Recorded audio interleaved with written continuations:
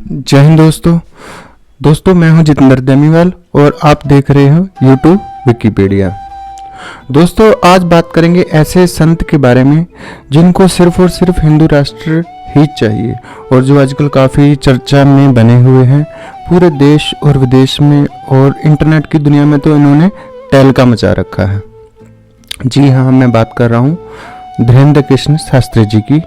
तो शुरू करते हैं इनकी जीवनी और जीवन गाथा।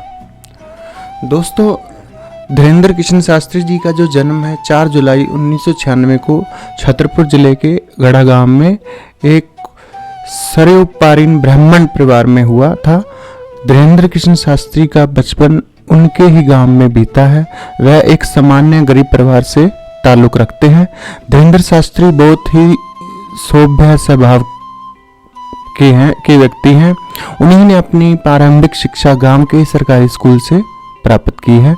अपने बचपन में आसपास के गांवों में वे भीख मांगकर, रामचरितमानस और सत्यनारायण कथा सुनाकर जीविकोपार्जन करते थे। वर्तमान में वह अविवाहित हैं, परंतु शीघ्र ही विवाह करने का विचार कर रहे हैं। उन्होंने ये भी बताया कि जय किशोरी उनकी बहन जैसी है तथा उनके और जय किशोरी के विवाह की जो लोगों में इंटरनेट की दुनिया में खबर आ रही है, ये सारी अफवाह मात्र है। दोस्तों धीरेन्द्र कृष्ण जी का जन्म और पालन पोषण एक हिंदू सरयोपारीन ब्राह्मण परिवार में हुआ, जहां उनके पिता एक पुजारी के रूप में काम करते हैं। कथित तौर पर शास्त्री को भगवान हनुमान ने बागेश्वर धाम सरकार के पीठाधीश्वर बनने और समाज सेवा के लिए काम करने का निर्देश दिया था। उनके अनुसार ना ही वो किसी देवता के अवतार है और ना ही कोई तांत्रिक हैं, मात्र एक साधारण मानव हैं जिनके पास हनुमान जी और सन्यासी बाबा के आशीर्वाद से सिद्धियां प्राप्त हैं। वे इन शक्तियों को जन कल्याण और मानव सेवा हितार्थ काम में लेते हैं। उनकी मानसिक शारीरिक समस्याओं का निदान करते हैं। शास्त्री के अनुसार उनके पास निजी संपत्ति के रूप में एक मोटरसाइकिल, इसके अलावा जितने भी दान दक्षिणा इत्यादि प्राप्त होता है वह धाम की सेवा में उपयोग होता है। इनके अनुसार उन्होंने 9 एकड़ जमीन खरीदी है जिस पर वह कैंसर अस्पताल का निर्माण कर रहे हैं। धाम में आया धान, मंदिर विस्तार, जन कल्याण कार्य जैसे कन्याओं का विवाह, रोगों के निदान के लिए अन्नपूर्ण भंडारा में लगाया जाता है। शास्त्री जी महाराज एक पीठाधीश्वर और बागेश्वर धाम सरकार के प्रमुख के रूप में सेवा कर रहे हैं, जो मध्य प्रदेश के छतरपुर जिला के गढ़ा गांव में भगवान हनुमान को समर्पित एक हिंदू तीर्थ स्थल है। धाम के मुख्य देवता स्वयंभू माने जाते हैं। शास्त्री एक दिव्य दरबार का आयोजन करते हैं, जहां ऐसा माना जाता है कि वह अपनी दैवी शक्तियों से लोगों की सभी शारीरिक, मानसिक, आर्थिक और सामाजिक पीड़ाओं को ठीक करते हैं, जो उन्हें भगवान हनुमान से मिली थी।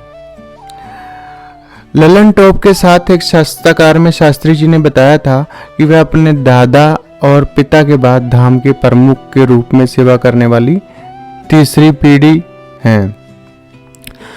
तो श्री धीरेन्द्र शास्त्री जी के साथ इस टाइम पे पिछले टाइम में काफ़ी विवाद भी उनके साथ में जुड़ा, जिनका जवाब महाराज जी ने बाखूबी बहुत ही अच्छी तरह से बेबाकी से दिया। जो उन्होंने दुनिया को अपने जो उनके बारे में तरह तरह की बातें कर रहे थे, अपने दुश्मनों को इसी तरह कहा कि कायदे में रहोगे तो फायदे में रहोगे। वह उस समय सुर्खियों में आए जब नागपुर की एक अखिल भारतीय अंधश्रद्धा निर्मूलन समिति के श्याम मानव नाम ने एक व्यक्ति ने उन्हें दिव्य दरबार में चुनौती दी और उनकी आध्यात्मिक शक्तियों पर सवाल उठाया। मानव ने शास्त्री पर अंधविश्वास को बढ़ावा देने का भी आरोप लगाया। जब मीडिया में विवाद शुरू हुआ तो शास्त्री ने मानव को अपने दिव्य दरबार में आमंत्रित किया और वह जो भी जानना चाहते थे उनसे पूछने के लिए कहा।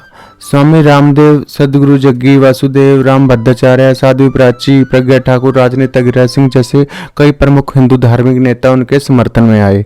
उन्हें अखिल भारतीय अखाड़ा परिषद और प्रमुख हिंदू नेताओं का समर्थन मिला। उन्हें छत्तीसगढ़ में लगभग 300 ईसाइयों को हिंदू बनाने के लिए जाना जाता है।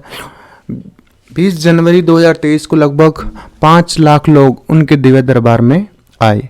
22 जनवरी 2023 को कई हिंदू संगठन ने बागेश्वर धाम सरकार के प्रमुख पुजारी शास्त्री के समर्थन में नई दिल्ली में जंतर मंतर पर विरोध प्रदर्शन किया। वर्तमान में मध्य प्रदेश के छतरपुर जिले में एक हिंदू तीर्थ स्थल बागेश्वर धाम सरकार के पीठाधीश्वर और प्रमुख के रूप में सेवा कर रहे हैं। शास्त्री को रामचरितमानस और शिव पुराण के उपदेश के लिए जाना जाता है।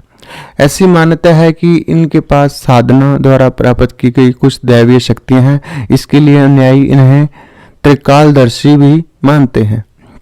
उन्होंने अपने धाम में अन्नपूर्णा रसोई की स्थापना की है, जहां उनके अनुयायियों के लिए निःशुल्क भोजन प्रसाद की व्यवस्था की जाती है। धीरेन्द्र शास्त्री गरीब और बेसहारा लड़कियों की शादी का वार्षिक समारोह भी रखते हैं। वह प्राचीन वैदिक अध्ययन और संस्कृति को बढ़ावा देने के लिए एक वैदिक गुरुकुल की स्थापना भी कर रहे हैं। 25 जनवरी 2023 को नागपुर पुलिस ने धीरेन्द्र शास्त्री को नागपुर में उनके सार्वजनिक कार्यक्रमों में अंधविश्वासी गतिविधियों को बढ़ावा देने के आरोप में क्लीन चिट दे दी। पुलिस आयुक्त अमितेश कुमार जी ने कहा कि शिकायत की जांच और अखिल भारतीय अंधविश्वास निर्मूलन समिति के संस्थापक शिकायतकर्ता श्याम मानव द्वारा प्रस्तुत सबूत की जांच के दौरान ऐसा कुछ भी नहीं पाया गया जो महाराष्ट्र अंधविश्वास कानून के तहत कार्रवाई को आकर्षित कर सके। शास्त्री जी जगतगुरु राम भद्राचार्य के शिष्य हैं। वह वर्तमान में मध्य प्रदेश के छतरपुर जिले में एक हिंदू तीर्थ स्थल बागेश्वर धाम सरकार के पीठाधीश्वर और प्रमुख के रूप में सेवा कर रहे हैं। शास्त्री को रामचरितमानस और शिव पुराण के उपदेश के लिए भी जाना जाता है। ऐसा माना जाता है कि साधना के माध्यम से उन्हें कुछ दिव्य शक्तियां प्राप्त हुई हैं। उन्होंने अपने धाम में अन्नपूर्णा रसोई की स्थापना की है, जहां उनके अनुयायियों के लिए निःशुल्क भोजन प्रसाद की व्यवस्था की जाती है। धीरेन्द्र शास्त्री गरीब और बेसहारा लड़कियों की वार्षिक समारोह भी रखते हैं। वह प्राचीन वैदिक अध्ययन और संस्कृति को बढ़ावा देने के लिए एक वैदिक गुरुकुल की स्थापना कर रहे हैं। उनके अनुयायी मानते हैं कि शास्त्री को असिद्धियों का वरदान प्राप्त है और हम 64 कलाओं के अधिष्ठाता भी हैं। कथित तौर पर शास्त्री जी ने 2021 में एक घर वापसी कार्यक्रम में दौरान ईसाई धर्म में परिवर्तित 300 हिंदू लोगों को वापस हिंदू धर्म में लाया। 25 जनवरी 2023 को मध्य प्रदेश सरकार ने शास्त्री को मिली मौत की धमकी के बाद उनकी सुरक्षा बढ़ा दी। 23 जनवरी 2023 को नेताजी सुभाष चंद्र बोस की जयंती पर शास्त्री ने भारत को हिंदू राष्ट्र घोषित करने के लिए कहा कि तुम हमें अपना समर्थन दो, हम हिंदू राष्ट्र देंगे का नारा दिया।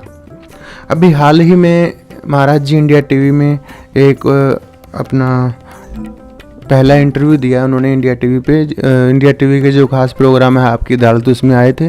तो महाराज जी ने इंडिया टीवी में आपकी अदालत कार्यक्रम में उन्होंने कहा था कि वह सभी धर्मों का सम्मान करते हैं, किसी भी धर्म के प्रति दुर्भावना नहीं रखते, परंतु वह अपने धर्म यानी कि सनातन धर्म के लिए आपत्तिजनक टिप्पणियां और कृत्य बर्दाश्त नहीं करेंगे। मतलब बिल्कुल कट्टर सनातनी रहेंगे। अपने धर्म जो हिंदू धर्म के बारे में, उनके बारे में जो भी कुछ कहेगा सनातन धर्म संतों के बारे में, तो वो बर्दाश्त नहीं करेंगे, फिर उसको जवाब सीधा देंगे, तो फिर उनको रोकने वाला कोई भी नहीं है। तो ये थी दोस्तों आज की महाराज जी की जीवनी। तो दोस्तों आज की वीडियो के लिए इतना ही।